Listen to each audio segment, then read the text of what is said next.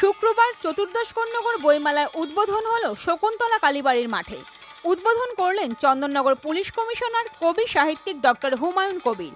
ছিলেন আইপিএস পরিবেশবিদ তন্ময় রায়চৌধুরী, বিধায়ক প্রবীর ঘোষাল, সমুদ্রবিজ্ঞানী অধ্যাপক অভিজিৎ মিত্র, ডক্টর প্রসেনজিৎ সরকার, প্রবীণ সাংবাদিক মিহির গাঙ্গুলি, পৌর প্রশাসক বাপ্পাদিত্য চট্টোপাধ্যায়, প্রশাসক মণ্ডলীর সদস্য গৌতম দাস সহ পৌর প্রশাসক মণ্ডলীর অন্যান্য সদস্যরা ছাড়াও বিশিষ্ট ব্যক্তিবর্গগণ। এবছর ভুবনজয়ী চিত্রশিল্পী অবনীন্দ্রনাথ ঠাকুরের 150 বছর উপলক্ষে মেলার মূল প্রবেশদ্বারটি করা হয়েছে অবনীন্দ্রনাথ ঠাকুরের বাগানবাড়ি অনুকরণে। মেলায় ছোট বড় মিলিয়ে প্রায় 56টি স্টল রয়েছে। এছাড়াও রয়েছে শিল্প ও বাণিজ্য মেলাও। এবার মেলায় বার্তা দেওয়া হয়েছে মাস্ক পরুন, মেলায় আসুন। এছাড়াও করোনার জন্য সমস্ত রকম সতর্কতা নেওয়া হয়েছে পৌরসভার পক্ষ থেকে। আমরা দেখে নেব সেই ছবি একটি বিরতির পর। কন্যগর জনতা ক্যান্টিন নিয়ে এলো মাত্র 350 টাকায় বিরিয়ানির কম্বো অফার। রাতেও রয়েছে লোভনীয় বিভিন্ন খাবারের আইটেম। আজই যোগাযোগ করুন 9903939787। নবগ্রাম পিপলস কোঅপারেটিভ ব্যাংক, এখানে রয়েছে আধুনিক ব্যাংকিং পরিষেবার যাবতীয় সুযোগ। আপনার ব্যাংক, আপনার পরিবারের ব্যাংক। ওম জুয়েলার্স, যেখানে আপনি পাচ্ছেন হলমার্কযুক্ত 22 ক্যারেট সোনা ও হীরের গয়নার exclusive collections. ATM, Paytm, Google Pay acceptable. GT road, Konnagar, দিওলডি বাস স্টপ। তাদের উৎসাহ নিয়ে বিভিন্ন রকম সাজ পোশাক করে নাচ গান এসব পরিবেশিত হচ্ছে। এটাই তো বাঙালি সংস্কৃতি। এটা ধীরে ধীরে লুপ্ত হচ্ছে। আনফর্চুনেটলি কলকাতার বহু জায়গা থেকে এটা আস্তে আস্তে মুছে যাচ্ছে। হুগলি জেলা তথা কন্যগর যে ধরে রেখেছে, আমি বাঙালি হিসেবে সেখানে গর্বিত বোধ করছি। আসলে আমি এই জেলাতে আপনাদের সঙ্গে থেকেছি। একটা অদ্ভুত ঐতিহ্য এই জেলার। কলকাতা শহর যখন জঙ্গল ছিল, তখন হুগলি ছিল এক সুন্দর সুদৃশ্য নগরী পরিবেষ্টিত এক জায়গা। ওদিকে ব্যান্ডেল থেকে শুরু করে এদিকে কন্যগর পর্যন্ত। তখন গঙ্গার পূর্ব তটে জঙ্গল, কিছু কিছু ছোট ছোট গ্রাম ছিল, কিন্তু হুগলি ছিল এক বর্ধিষ্ণু শহরের জায়গা। ইউরোপিয়ানদের পাশ্চাত্য সভ্যতার যে অগ্রগতি, ভারতীয় সভ্যতার সঙ্গে মিশেল হয়ে আজকের যে সভ্যতায় আমরা দাঁড়িয়ে আছি, তার পীঠস্থান হচ্ছে হুগলি। ফরাসিরা চন্দননগরে, তারপরে শ্রীরামপুর, রাজকা এবং কন্যাগরে অল্প সময়ের জন্য গ্রিকরাও ছিল। একটা অদ্ভুত সময় এসেছিল বাংলার রেনেসাঁস, বাংলার নবজাগরণ। তার পীঠস্থান হুগলি। প্রথম বাংলা বই ছাপা হয়েছিল হুগলি জেলা থেকে। এটা আপনারা নিশ্চয়ই সবাই প্রায় জানেন। বাংলা সাহিত্য তৈরি হয়েছে হুগলি জেলা থেকে। বাংলা সাহিত্যের আঁতুর ঘর। প্রথম বাংলা বই ছাপা, প্রথম পঞ্চানন কর্মকার কাঠের ছাপাখানা করেছিলেন। তিনি কাঠের ছাঁচ করে শ্রীরামপুরে প্রথম বাংলা বই ছাপলেন জানিসদের তত্ত্বাবধানে। সেই তখন থেকে শুরু করে আজকের হুগলিতেও একটা প্রবাহ চলেছে। একটা জ্ঞান চর্চার পীঠস্থান হুগলি চিরকালই, এবং হুগলি চিরকালই সময় থেকে এগিয়ে আছে। পশ্চিমবঙ্গের সংস্কৃতিতে, পশ্চিমবঙ্গের জ্ঞান চর্চায়, পশ্চিমবঙ্গের বিদ্যা চর্চায়, পশ্চিমবঙ্গের শিল্প, সংস্কৃতি, সঙ্গীত, পাশে উত্তরপাড়া সঙ্গীতের পীঠস্থান, সব কিছু হুগলি একটা উজ্জ্বল জ্যোতিষ্ক।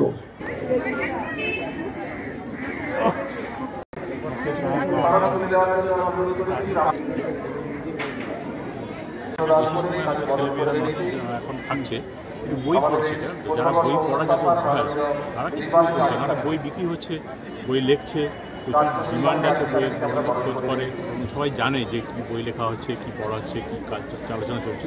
কারণ বইয়ের যে সাবস্টিটিউট সেটা কিন্তু ইন্টারনেট হতে পারে না। বই একটা নিজে একটা হাতে বই নিয়ে পড়লে তাতে যে জ্ঞান অর্জন করা যায়, বা যখন একটা লেখক লিখছে একটা কোনো বই, সে যে ঘটনাকে লিখছে বা যাই গল্পই লিখুক, সে কিন্তু তার সবসময় চেষ্টা করে যে ম্যাক্সিমাম যে তার যে জ্ঞানটা রয়েছে, যে অর্জন করেছে একদিন পড়াশোনা করে, বিভিন্ন জায়গা থেকে যে পড়াশোনা করে, সেই জ্ঞানটাকে ওর মধ্যে প্রতিফলিত করার চেষ্টা করে।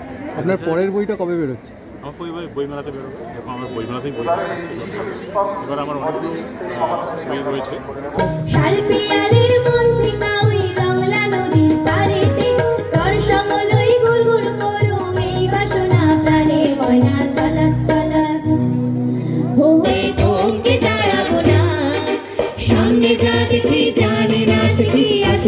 কাপড় সোনা বিপদে কি পাবো না ভুলেছি সে ভাবনা সামনে যা দেখি জানে না সে কি আসল কি নকল সোনা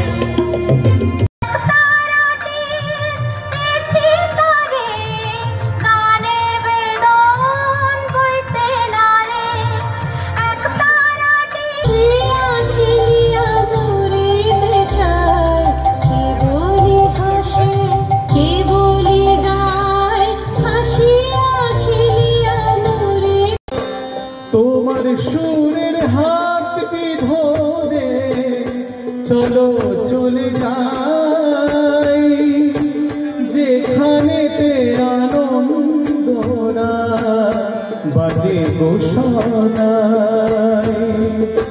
তোমার সুরের হাতটি ধরে চলো চলে যাই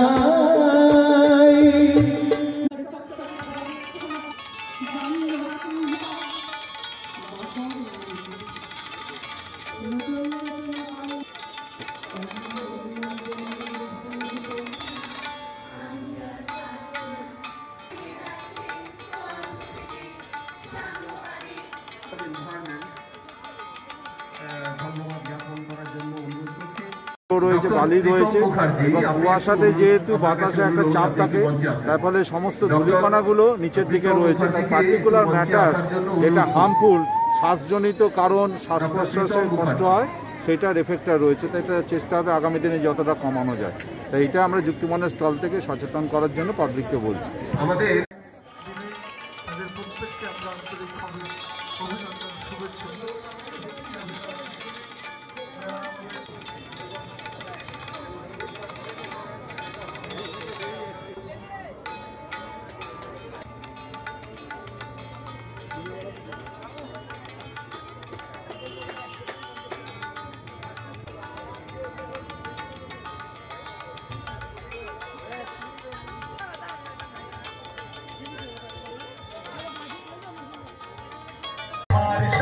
সৃজন, খবর বাংলা নিউজ।